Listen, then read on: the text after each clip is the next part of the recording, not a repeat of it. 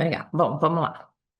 Então, como a gente falou, a ideia é a gente dar um zoom nesse semestre atípico, né? Como eu chamei. Realmente foi muito atípico, muita coisa aconteceu, mas mais do que muita coisa em si aconteceu, o que chama atenção é o impacto mesmo no, na reversão dos fluxos, né? A gente chamou aqui de surpresas e reversões, porque se a gente olhar o que estava acontecendo em dezembro do ano passado, é totalmente diferente do que a gente está enxergando agora, né? E claro que tem o externo, que mudou muita coisa, mas acho que além disso, tem realmente uma perspectiva de que tá ruim demais, né? Daqui não pode piorar, e a gente começa a ver isso nos preços, né? Então, eu vou colocar aqui para começar os indicadores. Mas eu vou pegar o apoio do nosso Power BI para a gente entender quais foram os destaques, né? Então, a primeira coisa que chama atenção, deixa eu abrir aqui o nosso Power BI, dos indicadores. Depois a gente vai dar uma olhadinha nos resultados dos principais mercados também, mas acho que aqui me digam se assim fica mais fácil de ver no PowerPoint ou lá. Então, a gente está olhando para o fechamento do semestre. Esse é o nosso monitor aqui acompanhando as principais classes de ativo. E a primeira coisa que a gente consegue ver, né? Aqui está o ano, aqui está o mês, né? De junho. Mas a primeira coisa que a gente consegue ver é o destaque absoluto para o índice de small caps. Acho que talvez essa seja a principal surpresa em relação ao que vinha acontecendo. Por quê, né? A gente sabe que boa parte desse resultado de recuperação dos ativos de risco, mais especificamente a bolsa, vem do fluxo do estrangeiro. Mas o que que a gente pode observar, né? Em todos os outros movimentos que a recuperação da bolsa veio do estrangeiro, a gente tem um rally do Ibovespa versus o Small Caps e todos os fundos de gestão ativa. Diferente do que aconteceu esse semestre, né? Eu não sei vocês, mas é, acho que é algo que ninguém esperava. Então, o que que acontece diferente do que a gente viu no longo dos últimos ciclos, 22, 23, onde o fluxo foi dominado pelo estrangeiro? A gente tinha entrada de estrangeiro e saída de investidor local. E esse é o primeiro semestre que a gente vê que isso não aconteceu. A gente tem o estrangeiro entrando, mas o investidor local também entrou. E ações que estavam extremamente descontadas começaram a se recuperar. Eu acho que tem dois efeitos aqui. Um deles, não por acaso, na sequência, tem o MSCI Emerging Markets. Então, se a gente tem aqui o MSCI World, né, que sofreu muito até a metade do semestre, né, do ano até agora, mas se recuperou com oito e pouco, uma boa parte disso é puxada pela parte dos emerging markets. Então, da mesma forma, a gente tem um fluxo procurando oportunidades de preço ao longo do mundo. Na outra ponta, quem que a gente observa? O S&P 500, né, que recuperou, fechou no positivo, no 5,50, porém sofre aí bastante em relação aos outros benchmarks de bolsa. A gente vai ver isso em mais detalhes depois. Na lanterninha, o dólar, né, menos 11,87, aqui a gente vê amargando. A gente vai ver na sequência, né, o pior semestre em décadas e o pré-fixado como destaque aqui, rendendo 13% no ano, né? Isso é bastante coisa, principalmente porque a gente está vivendo um período de forte deteriorização fiscal. Então, ninguém espera que os juros feche, até porque esse é um mais, então a gente está falando da ponta longa da curva e não da ponta curta. Ninguém espera que haja fechamento de taxa num ambiente tão deteriorado como esse que a gente está vivendo internamente, né? Acho que esses são os pontos principais que a gente tem que aprofundar, o porquê disso. Na outra, né, aqui seguindo, a gente tem a recuperação do IFIX, que acho que vem junto com essa recuperação dos small caps e Bovespa. A gente fala um pouquinho mais disso para frente, mas eu chamo isso talvez do play de eleições, o que talvez esteja fazendo mais efeito aqui nessa recuperação desses ativos, até porque aqui não tem estrangeiro. Se tem recuperação, é a entrada do investidor local e a parcela dos IMABs. Aqui tem um ponto que chamou bastante atenção, né? Acho que isso impacta a carteira de vários investidores aqui. A parcela longa do IMAB tem uma forte recuperação, né? Só que em junho ela rendeu 1,86. O IMAB, consequentemente, com 8,80, mas o IMAB 5 talvez seja o único indicador local que fica abaixo do CDI. Isso acontece principalmente porque a gente tem uma pequena queda em relação à expectativa da inflação, mas mais do que isso, né? Quando a gente tem falado muito isso com vocês dos carregos, a gente trocou recentemente parte dessa posição do IMAB 5 pela B26, que está pagando inflação mais 9,70, 9,80. E o que que acontece, né? Por que que a gente tem observado isso? Porque o grande risco para o cenário, não só local, mas internacional, é a inflação.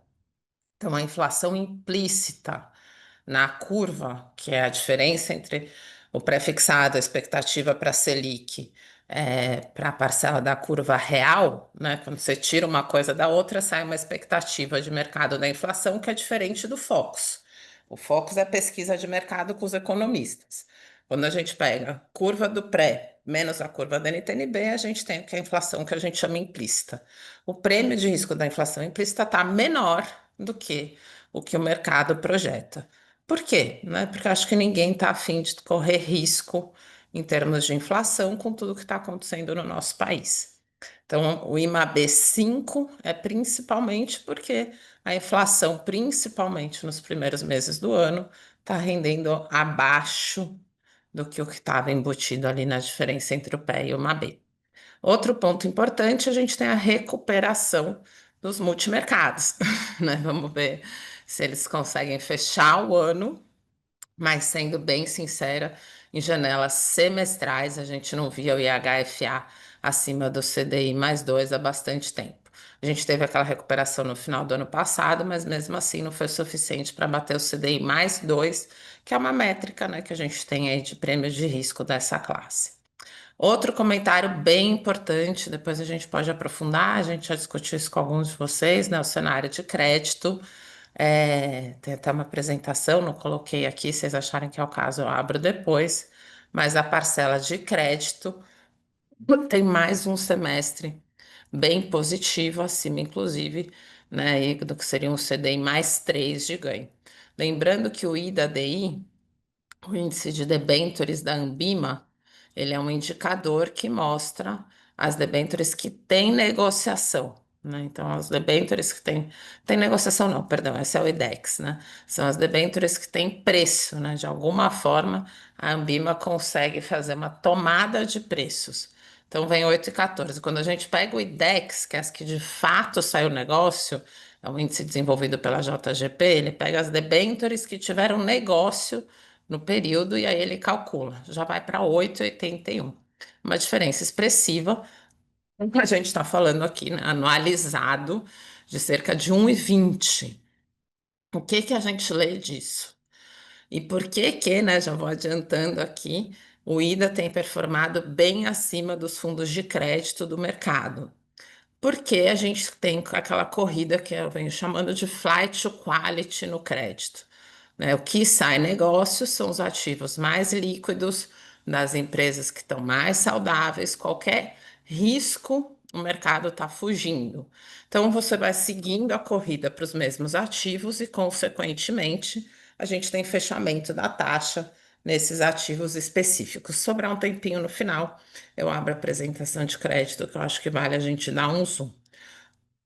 Outra informação importante, a renda fixa americana, seja o high yield, né, esse é o índice de renda fixa, seja o Global Aggregated, ficam abaixo, apesar de positivos e acima do SOFR, que seria o CDI americano, ficam bem abaixo dos outros ativos de risco local, representando o cenário que a gente tem visto de abertura da taxa de juros, né? Então, americana abertura ou não necessariamente abertura, mas a percepção de que não vai fechar tanto assim. Depois eu não sei por que que não funciona, né? Quantas apresentações eu tô abertas ao mesmo tempo, que eu fico querendo deixar tudo na manga se precisar. Então já falamos dos indicadores e agora vamos aprofundar um pouquinho mais do que está acontecendo nesse cenário do dólar, né? Primeiro, É bem impressionante que esse seja o pior primeiro semestre em 5 décadas. Na verdade, é o pior semestre fechado, né?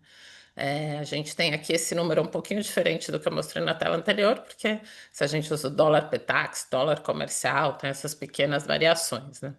Mas realmente é bem impressionante que a gente tenha tido num cenário de tamanha deteriorização do cenário local, vamos aprofundar mais sobre isso também, a gente tem uma queda tão abrupta do dólar.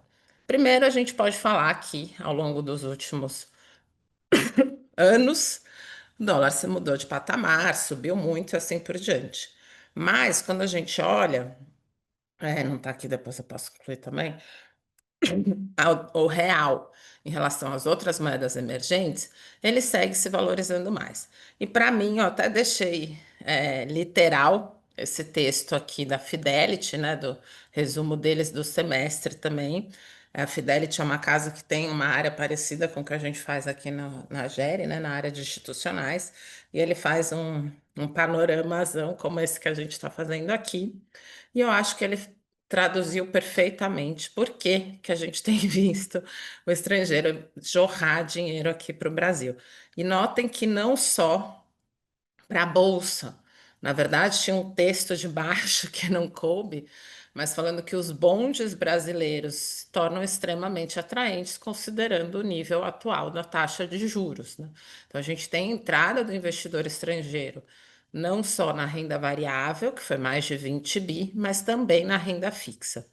Então, o ponto que ele coloca, né, além da a questão da volatilidade, que foi, né, um aumento muito rápido, foi, digamos, talvez um dos eventos de mais velocidade na mudança das perspectivas no cenário global, comparável, não em intensidade, mas em velocidade, o que aconteceu na crise de 2008, né, onde você estava num período de crescimento, de abundância, e rapidamente você reverte, e isso já está aparecendo, inclusive, no crescimento, não é só uma impressão.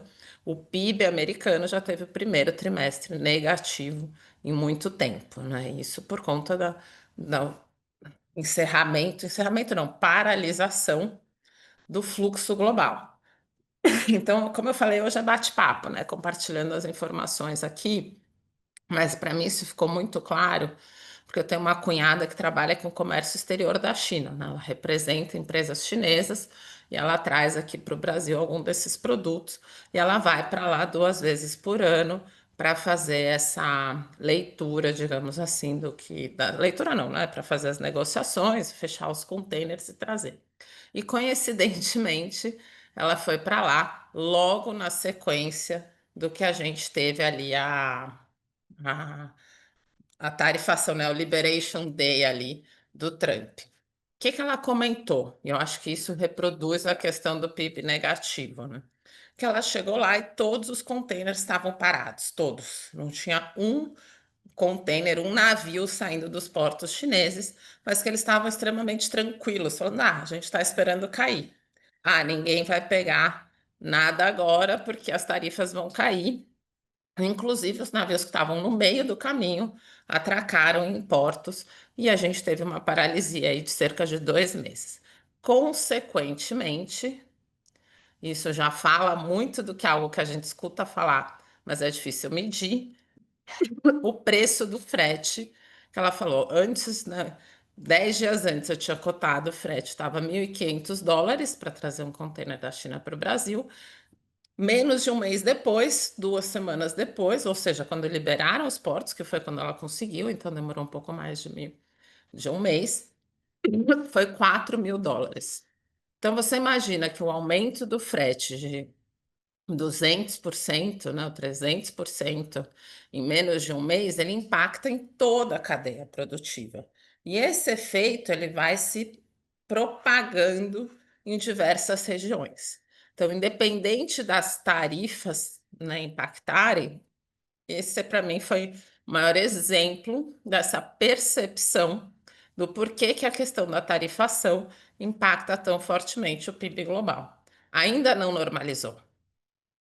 Então, mesmo tendo a queda das tarifas, o fato de ser temporário faz que todo mundo que estava prevendo investir ou fazer alguma coisa assim, continua estagnado e a gente não tem investimento.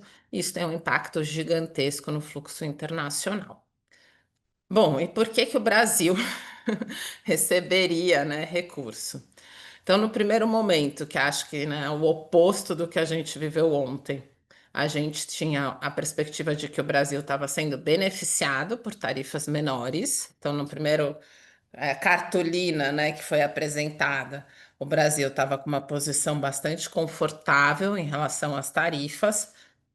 Isso se reverte ontem, a gente passa a ser um dos países mais impactados, mas não só isso. Ainda comentando aqui sobre o fluxo internacional, a gente teve a feira da China, feira de eletrolar, né? Um exemplo besta, mas que a gente teve maior procura pela feira eletrolar, são essas grandes feiras industriais onde as empresas apresentam, né, para os compradores, etc. Teve uma feira à parte da China, que o ano passado era um pequeno galpãozinho, esse ano triplicou por 500%, ou seja, as empresas chinesas, né, trazendo seus materiais para apresentarem nessa feira, entendendo que o Brasil passa a ser um polo importante para estreitar esses laços. Sem julgamento aqui nenhum, né, de se isso é bom ou ruim para o Brasil, até porque eu não sou nenhuma grande especialista em comércio internacional, mas o que que eu vejo, né? Quando a gente tem os 50% de tarifação em relação ao Brasil, que foi apresentado ontem, a gente tem dois primeiros efeitos, né? Isso já trazendo um pouco a opinião do Lívio. O primeiro efeito, em tese, é desinflacionário, porque você tem excesso de produtos, a gente está falando principalmente aqui nas commodities no mercado local, e isso faria com que os preços caíssem. Obviamente, a gente tem impacto no dólar. Eu não vi como está hoje, mas ontem o dólar já tinha subido para mais 5%. E, e aí o dólar pode compensar isso, porque a soma do preço, mesmo que os produtos sejam negociados aqui, boa parte deles, né, negociados em bolsas globais de commodities. Então a gente tem a soma das duas coisas, disponibilidade no mercado local, mais preço em dólar, que obviamente se o dólar sobe muito, nosso produto se torna atrativo, mesmo com a tarifação. O outro, que é o que é possível observar em microdados, né, é justamente essa mudança do tabuleiro global. Então, se torna muito mais caro você, né, oferecer esse produto para os Estados Unidos, mas, consequentemente, você começa a escoar para outros mercados, nesse caso, Europa e Ásia, principalmente se a gente tem essa queda do produto local. É, esses efeitos todos, né? Por isso que eu falei que hoje era um bate-papo, apesar de ser o review do primeiro semestre, né? Se a gente tem a continuidade desse cenário, do enfraquecimento do dólar e procura pelo mercado local para transações um ano a ano, né, que em tese enfraquece. Isso não acontece só com o Brasil, obviamente, né? Isso acontece com diversos acordos internacionais que são essa mexida no tabuleiro do trading, né? Isso tende a ser desinflacionário para o Brasil e inflacionário para os Estados Unidos. E não só o Brasil, mas como outros países emergentes como a gente. Consequentemente, o que a gente observa é essa atratividade, de novo, esse texto é da Fidelity, mas quando você vê diversos materiais internacionais, isso aparece, e o Brasil sendo citado, né, América Latina, mais para frente ele fala dos Brazilian Points, pela questão da atratividade, taxas muito baixas. Em números, né? Eu tinha comentado que a gente tem um dado interessante, né? Que pela primeira vez, apesar do institucional, né, continuar mandando dinheiro para fora da bolsa, os fundos de pensão, a pessoa física volta a entrar na bolsa num volume bastante relevante. Em 12 meses, 11 bi. Lembrando que a participação da pessoa física é muito menor do que do institucional do estrangeiro. Quando a gente fala institucional, aqui não é só fundo de pensão. Acho que os fundos de pensão têm um peso importante nisso para a migração para as NTNBs, mas a gente tem também um efeito bem importante aqui dos fundos, né? Fundos multimercado, assim por diante, nessa linha que a gente vinha falando de, né, uma perspectiva de quem está aqui dentro muito, muito diferente da perspectiva do estrangeiro. Então, para vocês terem uma ideia, só em junho a gente tinha 10 bi entrando, e aqui a gente vê já um fluxo superior a 20 bi do estrangeiro, 31 bi em 12 meses.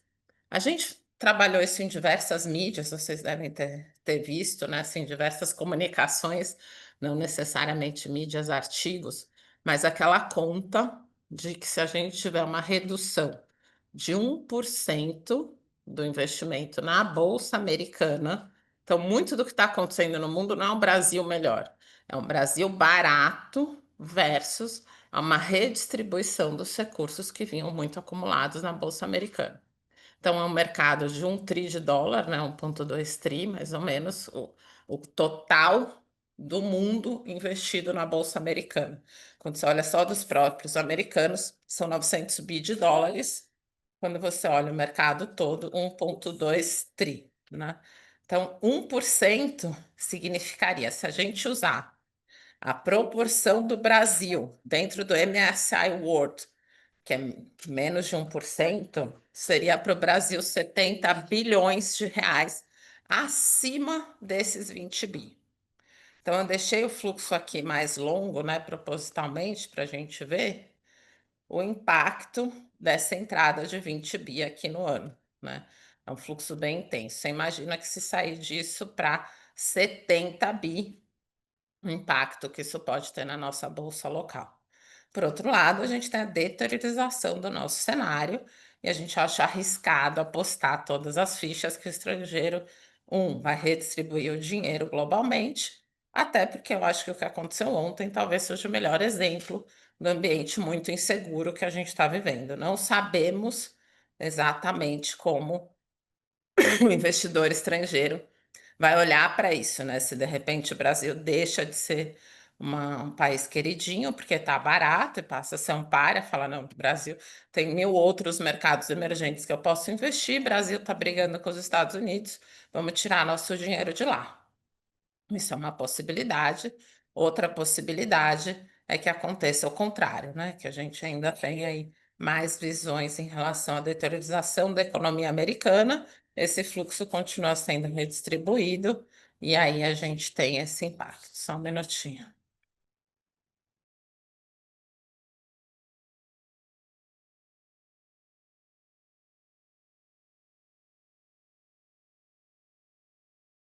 Botando ordem na casa. Então vamos olhar para as bolsas, né? Esse gráfico, para mim, ele é a coisa mais impressionante de todas, né? E se alguém tivesse me falado isso em dezembro, eu ia falar, ah, imagina, nunca vai ser assim, né? Pode até ser que o Brasil fique bem, mas não dessa proporção. O que que eu quero dizer com isso, né? Essa curva roxinha aqui é o EWZ, é o índice brasileiro em dólar. Então, em dólar, ele sobe 28%.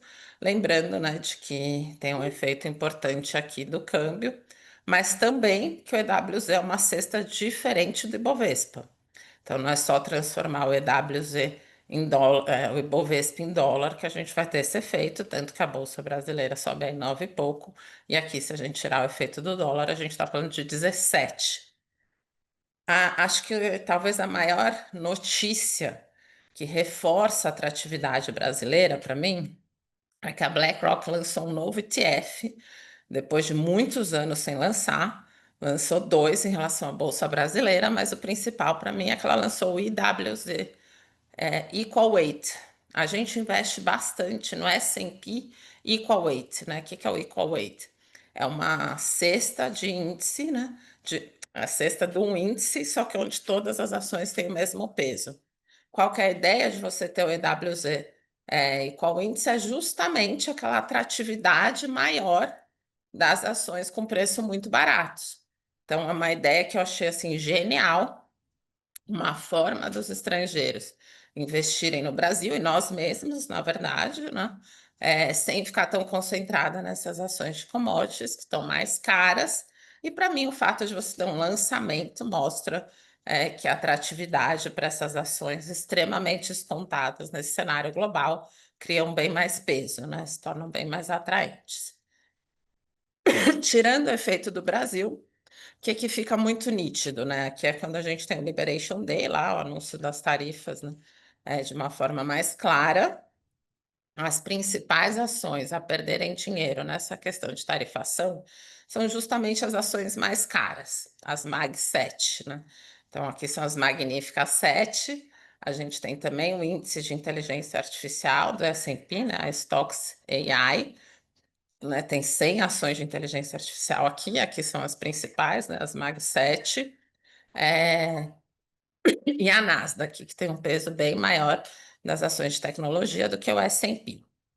Então, essas ações, aí tem toda uma discussão, né? Que é, essas ações sofrem mais, porque elas seriam mais impactadas por um cenário de juro mais alto, dado que essas empresas, né, ainda consomem muito investimento, tem vários gráficos falando sobre isso, ou elas são mais impactadas porque foram mais caras. A minha visão é porque elas estavam mais caras. Então, é onde tinha mais dinheiro investido. Quando você começa a tirar as ações dos Estados Unidos, consequentemente, você tira onde as pessoas estão mais alocadas. E notem que, diferente do S&P, que fechou no 5% positivo, em dólar 5%, não é pouca coisa, né? Então, é o V-shape que todo mundo comentou, né? Você tem uma recuperação em V. O que a gente observa aqui é que essas ações terminaram praticamente no 0 a 0. E aqui eu vou fazer mais um parêntese grandes, né? Porque eu acho que vale a pena a gente aprofundar isso. A gente tem muitas e muitas notícias saindo, como a gente tem um cenário de investimento e de crescimento de lucro para essas empresas ainda absurdo. Então, a parte da recuperação, ela começou quando a gente tem a liberação dos resultados do primeiro trimestre dessas companhias, extremamente forte ainda, gerando lucro e assim por diante, mas não só isso, quando a gente começa a ver todos os cenários que a gente tem de investimento em inteligência artificial nos próximos anos. Então, o que a gente espera é um investimento de trilhões de dólares nessas companhias. E aí a gente tem o segundo ponto, que é o investimento em energia necessário para que isso aconteça. Então, eu vou falar um pouquinho do assunto que a gente vai trazer mais para frente, mas que é desse pacote fiscal que foi aprovado nos Estados Unidos, que tem algumas consequências bastante drásticas e negativas, mas por outro, né, um investimento que não estava no plano inicial do governo Trump.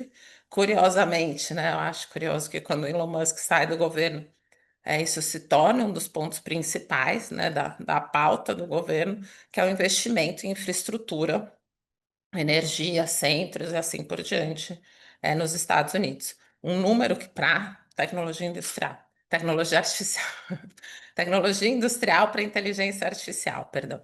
Um número que me chamou bastante atenção é que hoje existem 328 data centers, né, desses grandes para inteligência artificial nos Estados Unidos. A estimativa é que até o final do ano que vem, então a gente está falando aí, né, de um ano e meio, chegue-se a 920, né, quase triplicar o número de data centers que existem nos Estados Unidos para suprir a demanda pelos, né, o processamento necessário para a inteligência artificial. Consequentemente, se fala já, né, de um short, né, de um shutdown energético, já para o próximo ano, tamanha intensidade do investimento necessário nesses centros de processamento. Consequentemente, né, a gente tem uma perspectiva, você imagina que por esse dado de triplicar o número de data centers, o investimento necessário para essas ações de tecnologia é gigantesco, mas tem invasão, né? Tem demanda, isso é o que aparece. Então, o que a gente vê aqui é uma dicotomia entre a piora para a perspectiva econômica com o micro, né? A força, a robustez dessa economia americana.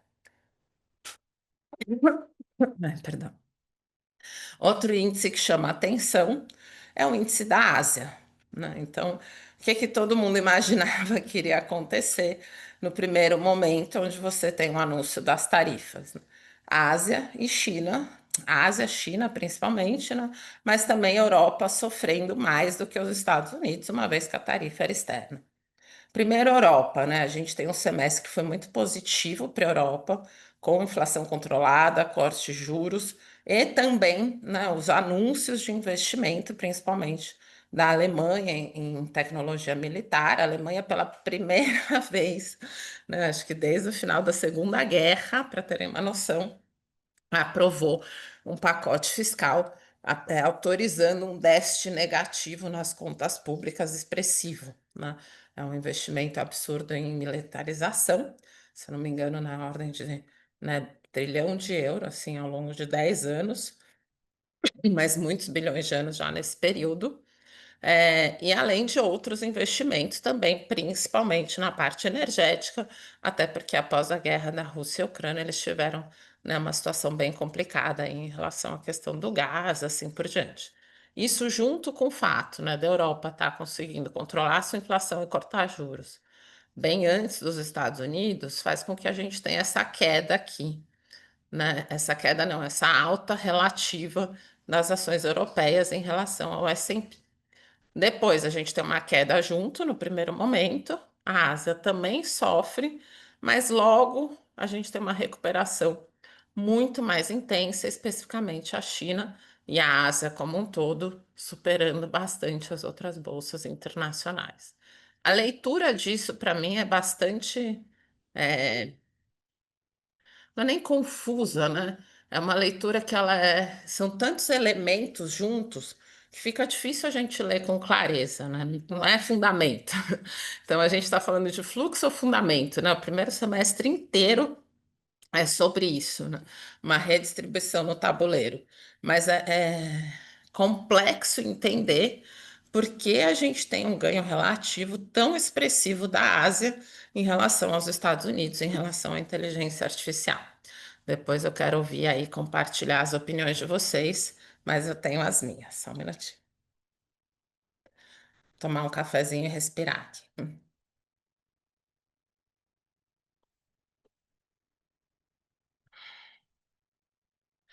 Eu acho que uma boa parte disso está ligado ao fato de que sim, os Estados Unidos são a principal economia, é uma economia pujante, mas a gente começa a ver, né, e aqui esse outro slide também, esse gráfico aqui da Bloomberg, né, da Bloomberg TV, eu acho que é bem interessante, né?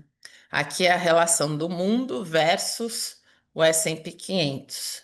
E a gente vê que ao longo, assim, das últimas, vamos pegar 10 anos aqui, de 2015 para frente. A gente tem 4 semestres, tirando esse, onde o mundo foi melhor do S&P. Não é nem isso, é 4 contando com esse aqui. O que é isso, né? O MSCI World menos S&P 500. Então, é só em 4 dos últimos 20 semestres, a gente teve MSCI World superando o S&P 500. E quando supera, muito pouquinho, né? Qual foi a última vez que a gente viu, né, o MSCI melhor do que o S&P nessa proporção? Aqui no boom da China, né? Logo no começo, onde a gente tem o boom da China, pós-crise de 97, talvez, né? Aí a gente tem um período onde ele performa melhor, mas não dessa maneira. Também boom de commodities, né? Era rica aqui de 2003 a 2008, hashtag saudades. E aí, depois disso, os Estados Unidos têm consistentemente outperformado o restante do mundo. Isso gera, né, atratividade de capital. Há 10 anos atrás, a participação do S&P 500 no MSCI World era menos do que 50%, ou 50, 50 e pouquinho, e hoje é mais de 70%. Então, a gente está falando que o MSCI World superou o S&P 500 no semestre por 11,5%, mas além disso, só 30% não é o próprio S&P, né? Então não são ações do S&P, não, desculpa, dos Estados Unidos, são composições diferentes aqui. Mas o que a gente está falando é realmente é, uma realocação das ações americanas nesse cenário. E aí, o que eu falei, né, que eu ia falar, a minha teoria, né? A gente tem a inteligência artificial hoje, ela está igualmente distribuída entre a China e os Estados Unidos. O que a gente sabe é que a bolsa chinesa não representa a economia chinesa, né? Mas se você quer entrar em inteligência artificial, né? Estou buscando investimento em inteligência artificial. As ações americanas estão extremamente caras. Qual é a forma de eu me expor indiretamente a esse cenário, a essa, né, mudança global? Talvez a melhor forma seja investir na segunda economia ligada a isso, porque você hoje, né, se enxerga que não é só investir nas empresas de tecnologia, mas você tem as de energia, infraestrutura, serviço, tem toda essa cadeia que vai ser beneficiada por esse cenário. Então, a minha visão é que quando você derruba as peças do tabuleiro e o mundo começa a se reorganizar, naturalmente esse recurso está migrando porque está barato. Isso beneficia o Brasil, isso beneficia muitas empresas chinesas, e ao longo do tempo a gente vai vendo onde os investidores encontram essas oportunidades. E como a gente comentou, esse choque de crescimento, eu quero deixar claro assim, né? Eu estou trazendo esse dado do PIB americano, porque ele demonstra essa inversão de tendência que a gente está vivendo no primeiro semestre. Mas é fato, né, que a economia real né, continua muito pungente nos Estados Unidos, né? A gente continua com emprego baixo, a gente continua com as empresas gerando lucro, a gente continua com uma dinâmica bastante ativa. Porém, o que a gente observa é que essa paralisia no trade, no comércio global, já trouxe um impacto, né, bem importante aqui, se a gente olhar em relação, né, ao que aconteceu ao longo do ano, né, um período que desde o primeiro trimestre de 22 a gente não viu um PIB negativo, é muito pequenininho, mas é uma inversão importante. Então, o que que a gente observa em mais 11 de 10 publicações internacionais, que essa mudança ela tem queda de crescimento global e é inflacionária.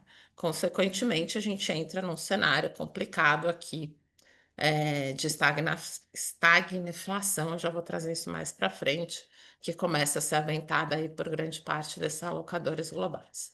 Então, o que é que mudou, né? Quais são as hipóteses para essa reversão de tendência brasileira tão rápida? Primeiro, a lente do estrangeiro é muito diferente da nossa, tanto em relação ao fiscal quanto ao nível de preços, né? Aquela velha história que a gente sempre cita o João Braga, isso é emerging markets, né? É assim mesmo, é isso que a gente pode esperar, digamos assim. É, no Brasil, de um país emergente, que é essa questão fiscal, essas atrapalhadas, essas discussões todas que a gente está vivendo políticas, né? Eu sempre fico com uma vergonha própria, que eu gostaria de ser um país mais evoluído, né? Mas a gente acaba sendo um país visto como, né, uma instabilidade política e, né, monetária e assim por diante, bastante delicada, e não é por acaso que o nosso rating é abaixo aí de países como Turquestão, Vietnã, tem muitos outros países assim com um rating muito melhor do que o nosso, e isso se reflete nessa lente do investidor estrangeiro. Então, quando eles olham o dado do fiscal, né, do balanço de pagamentos, do endividamento público brasileiro versus outros países emergentes, principalmente por conta da reserva em dólar, assim por diante, é um país que está barato em relação à sua situação. E outra, né? Então, acho que a nossa deteriorização local ela é muito mais hoje. Hoje, se você olhar a foto e não o filme, né? A gente consegue ver o filme e projetar. Mas hoje ela é muito mais política do que, de fato, uma deteriorização em relação ao ano passado em termos de balanço de pagamento, esses dados fundamentalistas que eles olham. Inclusive, quando você pega, né, o artigo do Damodaran, que é aquele professor, né, de equities e valuation, avaliação das empresas lá fora, ele semestralmente libera uma avaliação dos riscos de cada país e, com isso, ele calcula o equity risk premium, né, o prêmio de risco das ações. E quando você olha naquele dado que pega essa série de indicadores, né, o prêmio de risco da Bolsa Brasileira, ele está extremamente atrativo, né? Porque pelo preço a gente deveria ter alguma coisa de dólar mais 6, e quando você olha a relação lá do preço-lucro embutido, ele é muito melhor. Então, na visão do estrangeiro, o Brasil já é ruim, né? É ruim, é um rating, né? É bem baixo, só que está muito barato. Então, esse é o ponto principal. Outro, né, que a gente discute muito no nosso comitê é se a gente já está vivendo play de eleição, né? Então, esse termo aqui é bem mercado financeiro, mas a gente está falando que o mercado, quanto mais o governo enfia os pés pelas mãos, mais a chance de um candidato à direita ser eleito, né? Então, a gente tem aí, né, o Tarcísio apontando, né? A gente brinca já é Tarcísio na Austrália. Nós da TAG somos bastante cautelosos com essa visão, tá? Nenhum de nós acha que é tão simples assim essa visão de que a gente vai ter uma eleição fácil em 2026. Acho que essa campanha de memes que está rolando agora já é uma prévia de quão complicado vai ser, né? Não sei se todo mundo recebeu, mas esse movimento que se iniciou lá com a invasão do Itaú, mas que, na verdade, pelo que eu andei conversando com alguns cientistas políticos, já vinha sendo articulado antes. Acabei pesquisando e recebendo bastante coisa aí dessa campanha que às vezes não chega a nós da Faria Lima, né? Brincando. Mas eu fui atrás mesmo, né? Fui falar com os meus amigos aí de escola. Falei, gente, vocês estão recebendo meme? O que vocês estão vendo disso? E aí eu recebi uma enxurrada de campanhas aí, né? Atacando o Congresso de uma forma bastante agressiva, assim, e trazendo essa questão, né, da taxação dos super ricos de uma forma bem, enfim, politicamente articulada, complicada para a gente lidar e discutir, mas que para mim isso mostra que quando você leva isso para um ciclo eleitoral, é, não é simples, né, a nossa narrativa, porque justamente você tem uma foto e você tem um filme. Quem está olhando para isso, estudando, a gente vê um filme que é uma dívida pública que vai se deteriorar muito rapidamente, né? A gente está falando de 5, 6% de crescimento da dívida pública brasileira ao longo dos próximos muitos anos, né? Isso se torna insustentável. Mas quando você escuta as narrativas em relação a isso, né, do que eu chamo de negacionismo econômico, né? A gente não tem conhecimento nenhum econômico como país, né? A nossa educação econômica, eu não digo nem financeira, né? Financeira para mim são suas finanças pessoais. Eu acho que tinha que ter aula de economia mesmo nas escolas, né? O básico de economia não é dado, né? As pessoas vão saber o que é juros e inflação no jornal depois de formadas, a gente não estuda isso na escola. Consequentemente, né, você conversa com qualquer pessoa que seja desse ciclo mais expandido, tem uma visão de que tudo isso é uma narrativa, que tudo isso é uma tentativa de ir contra o governo, né, e que tá tudo bem, que tem emprego, que o país está crescendo como nunca. Então, entre a foto e o filme, a gente tem uma situação bastante delicada, que na nossa visão não dá para ter play de eleições ainda e fazer um posicionamento muito ativo. Tá? Não está muito longe, basicamente é isso. Por mais complicada que esteja a situação política, econômica, né, até por conta de um conflito entre Planalto e Legislativo, entre Executivo e Legislativo, muito ruim mesmo para o país. A gente acaba ficando numa situação delicada na hora de criar narrativas eleitorais e a gente ainda está há mais de um ano da eleição. Então a gente prefere ser bastante cauteloso e aí, consequentemente, pode ser que a gente perca, entre aspas, né, um novo rally não estando extremamente posicionados, mas a chance das coisas virarem do dia para a noite, como aconteceu, né, com uma tarifação de 50%, nesse momento é bastante intensa. E outra é, né, essa expectativa de crise global, um enfraquecimento muito forte do dólar, se fala muito sobre isso em todos. Eu li vários reviews do primeiro semestre, né? E é muito forte essa tendência, a perspectiva do enfraquecimento do dólar é um cenário de estagflação nos Estados Unidos, né? O que seria estagflação? Inflação persistentemente alta. A gente tinha uma perspectiva, acho que está aqui, né? Esse gráfico aqui. Para vocês terem uma ideia, aqui é a projeção de março, tá? Da reunião do Fed, o Fed Meeting. A perspectiva de inflação, lembrando que a meta lá é 2,5, né? Então, em março era 2,8, né? Acima, um pouquinho acima da meta, mas tudo bem, de março para cá já mudou de 2,8 para 3,1. 3,1 é bem acima da meta. Em tese, não tem cenário. Aqui a gente está falando do core, né? Do núcleo, mas de 3 na inflação principal aqui. E, em tese, isso é cenário que não abre espaço para corte de juros. Mas se você está com a meta da inflação em cima, ainda que a taxa de emprego, né? Mas tá em linha com o que seria a média, lembrando que lá o Fed, né, o Banco Central Americano, ele tem dois mandatos, né, não é igual aqui, emprego e inflação.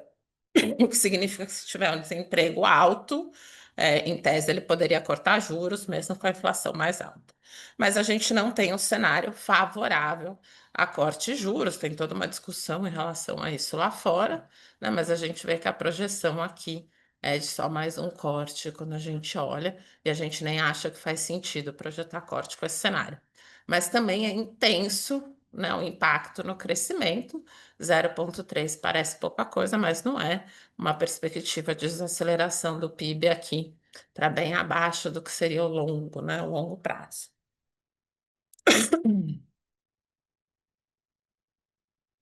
Bom, dito isso, vamos voltar, né? O que que a gente tem é um Francisca, cenário. Oi, oi, pode oi. falar. Desculpa, bom dia. Bom Não, dia. eu volto um pouco naquela que você falou, reversão de cenários. Eu não sei se o título ali tá me. Isso. Isso aí é para explicar o que aconteceu no semestre, como você falou inicialmente, ou também é uma projeção futura? Eu fiquei meio perdido aí. Ah, boa. Não, isso ainda estamos explicando. Então, na verdade, esse é o encerramento dessa grande introdução do que Isso é o que aconteceu no aconteceu. primeiro Não, então, semestre. É, tipo assim, é o que aconteceu, quer dizer, exato. o Ibovespa sendo um dos ativos que mais subiu aí, por quê? É isso. É isso. Não é a visão para frente, então, tá? Até Não, porque senão a gente estaria esperando uma reversão, quer dizer, seria a queda, então, do Ibovespa, né? Que é isso que eu... Então, essa aqui é a explicação do semestre. Ok. Não, tudo bem, isso. aí eu entendo. Fechou. Desculpa. Perfeita, Mauri. Não, imagina, ótimo você ter falado isso.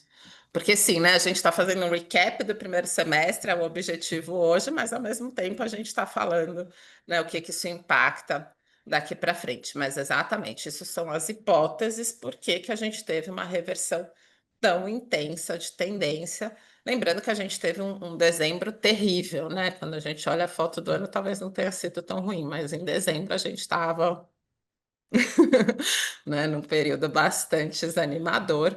E é um pouco, né, vou fazer um parênteses aqui, é, os cuidados que a gente tem que tomar nas políticas de investimento, né? Vocês sabem que essa é a minha talvez seja um pouco aqui da minha saga, né, da minha missão atual, né, nos últimos anos, desde 2023, quando eu trouxe aquela história lá do Total Portfolio Approach, que é uma discussão muito forte, né, eu estive em maio lá fora e se fala muito sobre isso, que é os cuidados que a gente tem que ter na hora que a gente vai construir as políticas de investimento.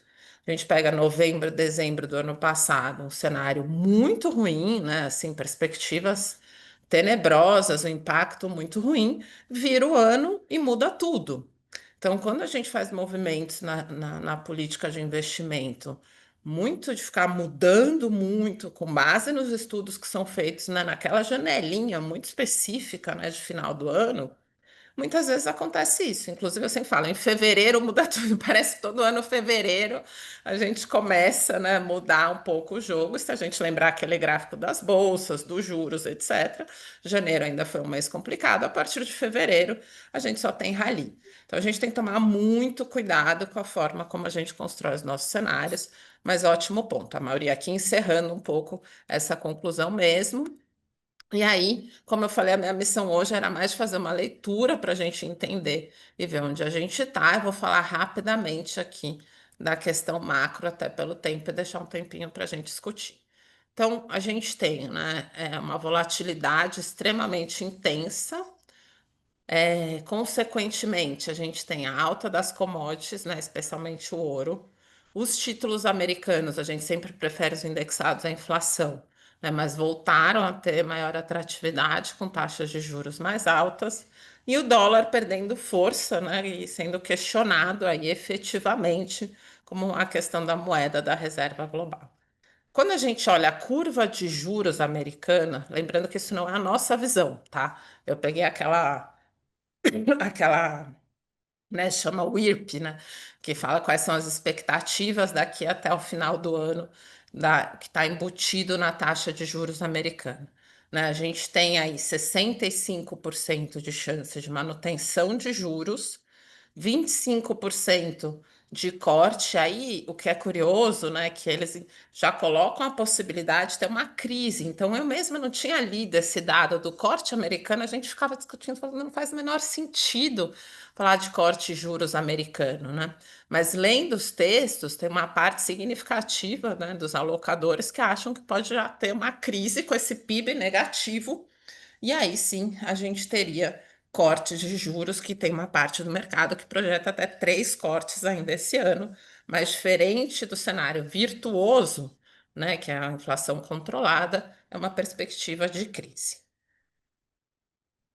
Então, vou falar muito rapidamente aqui, a ideia não é da gente falar da crise, mas Peraí que tem um gráfico, esse aqui. Esse gráfico aqui, ele mostra a volatilidade do petróleo, né? Ele não é nem o preço do petróleo. Se a gente olhar o preço de fato das commodities, eu peço desculpa, juro, a maioria aqui. Eu sei que a gente sempre tenta melhorar os gráficos, mas esse aqui eu tentei fazer de muitas formas e nem o fundo branco melhorava. Então, vou traduzir para vocês, tá? O branquinho é o petróleo, né? O que que acontece com o petróleo esse ano? Ele cai 5%. Então, notem que ele mantém a tendência, eu deixei o gráfico de 12 meses, ele mantém a tendência do ano passado, só que quando vem a tarifação, ele cai muito, o que é surpreendente, né, para a gente. A gente achou que ia ter uma crise de commodities global, mas ele cai muito. A mesma coisa acontece com o cobre. Então, o cobre é esse laranjinha aqui, que é importante justamente porque que o cobre tem criado uma força tão importante, porque o cobre ele é o melhor proxy para esse investimento em energia, né? Eletrificação por conta da inteligência artificial. Então, no primeiro momento, essas commodities elas agem como ativos de risco e caem na questão de tarifação, estimando aí que é justamente aquilo que a gente falou, né? Tem mais tarifa para entrar nos Estados Unidos, sobra nos mercados locais, o preço cairia. Mas depois o cobre sobe muito, não dá para perceber aqui, não dá para ler, mas ele é o que tem a maior alta, é 32% no ano. A gente está falando de eixos diferentes, enquanto o ouro sobe mais 26%. O petróleo, curiosamente, mesmo com uma guerra, mesmo com toda a incerteza que a gente está vivendo, cai 5%. E o urânio, que é outra tese que tem sido debatida, né, enormemente, primeiro por toda a questão do Irã que a gente viveu, mas depois justamente porque a gente está começando a buscar energia nuclear para suprir esse déficit energético no mundo, ele acaba no 0 a 0, até porque ele não é exatamente negociado nas bolsas internacionais. Por que que eu trouxe isso, né? Porque se a gente entrar em mais profundidade aqui nessa questão geopolítica, a grande conclusão disso é: a gente tem um ambiente geopolítico extremamente denso. Por outro lado, a gente não tem conseguido, acho que tem tantos efeitos acontecendo que o impacto na cadeia global da piora do ambiente geopolítico ele chega a ser inexpressivo em relação à questão tarifária. Então, em poucas palavras, a gente, analisando todos os dados, a gente não consegue perceber que realmente o ambiente geopolítico tem influenciado o preço dos ativos diante de que tudo está acontecendo. E eu acho que isso é uma tranquilidade, né? Já temos coisa demais para lidar. Para encerrar, pessoal, porque né, falando bastante nessa reflexão, tem a questão da dívida americana. Então, o nome da lei que aprovou, né, o aumento dos gastos públicos americanos ficou Big Beautiful Bill. Né? Esse é o motivo da briga entre o Trump e o Elon Musk, né, que eu acho muito engraçado o cenário, né, quando a gente vive, dá até um pouco uma tranquilidade. Mas para vocês terem uma ideia, essa lei, né, de aumento fiscal, que aumenta, né, quase 6% do PIB americano, é muita coisa, ele tem um impacto de somar 4 trilhões, depende da estimativa, de 3 a 4 trilhões de dólares na dívida pública americana em 10 anos. A gente está falando aqui de 6% do PIB ao ano de aumento do endividamento. Então, mais do que a questão tarifária, o receio em relação à economia americana e principalmente do enfraquecimento do dólar vem por essa questão, né, de um endividamento e da incapacidade de corte de gastos públicos, que ficou meio que provado com esse cenário, né? Eu até compartilhei dois memos do Howard Marks, o memo dele desse mês, aquelas cartas que ele faz no LinkedIn.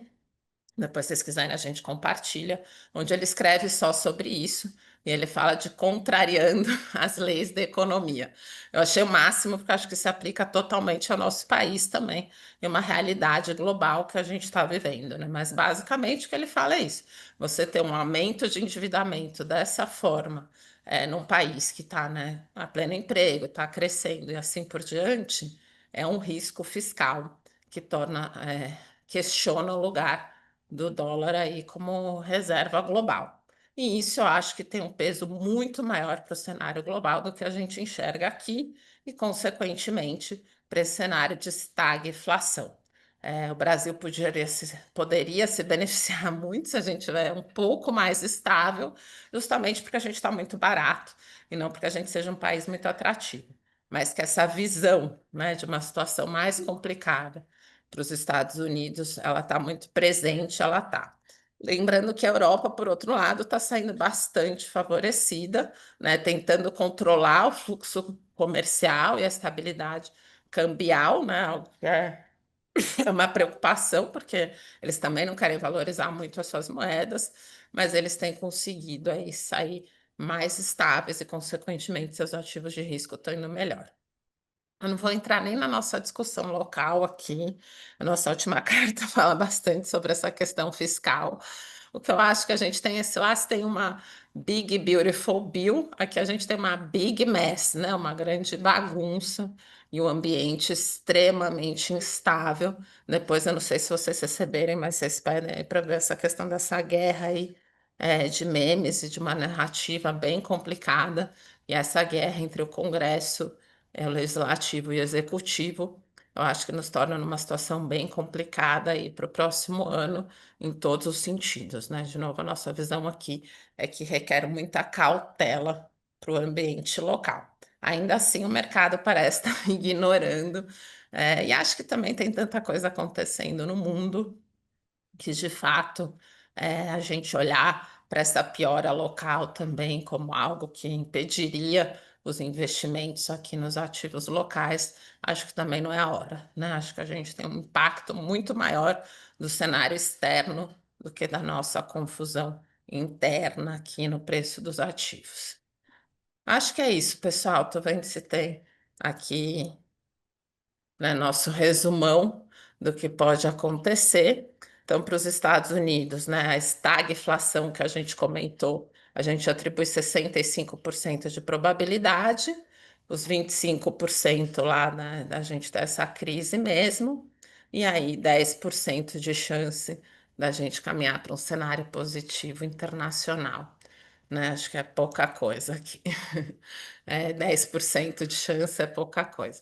Então, o que que a gente tem aí, só falando rapidamente mesmo do que a gente vê, né? As commodities, é onde a gente tem colocado aqui, né, uma parte significativa do nosso alocação offshore, tem sido bem assertiva, tanto cobre quanto ouro, que são as nossas posições. Eles são importantes para defender da volatilidade, mas também uma forma indireta de pegar esse cenário internacional aí da energia. As TIPs, que são títulos públicos, mas com proteção para a inflação, também tem sido bastante assertivo. No mercado local, né, a gente ainda vê bem mais atratividade nas NTNBs do que no caixa, mesmo que elas caminham um período com carrego abaixo aí do CDI, como a gente comentou, o grande risco é essa disparada do dólar, é a pressão inflacionária, e a gente prefere estar protegido em relação a esse cenário do que exposto a peito aberto no juro brasileiro, como seria um pré, né? E aí, oportunidades táticas. O que a gente chama com oportunidades táticas? Ah, a bolsa caiu muito, a gente faz uma alocação, alguma coisa assim, mas de restante a gente está neutro. E aí, essa diversificação aí geográfica no portfólio global, não concentrando tanto nos Estados Unidos, e aí os ativos mais sólidos, né? Que estejam aí a sustentabilidade no longo prazo diante de um cenário tão adverso. Pessoal, acho que era isso. Falei 1 hora exatamente, sem parar, mas estou à disposição para dúvidas aí.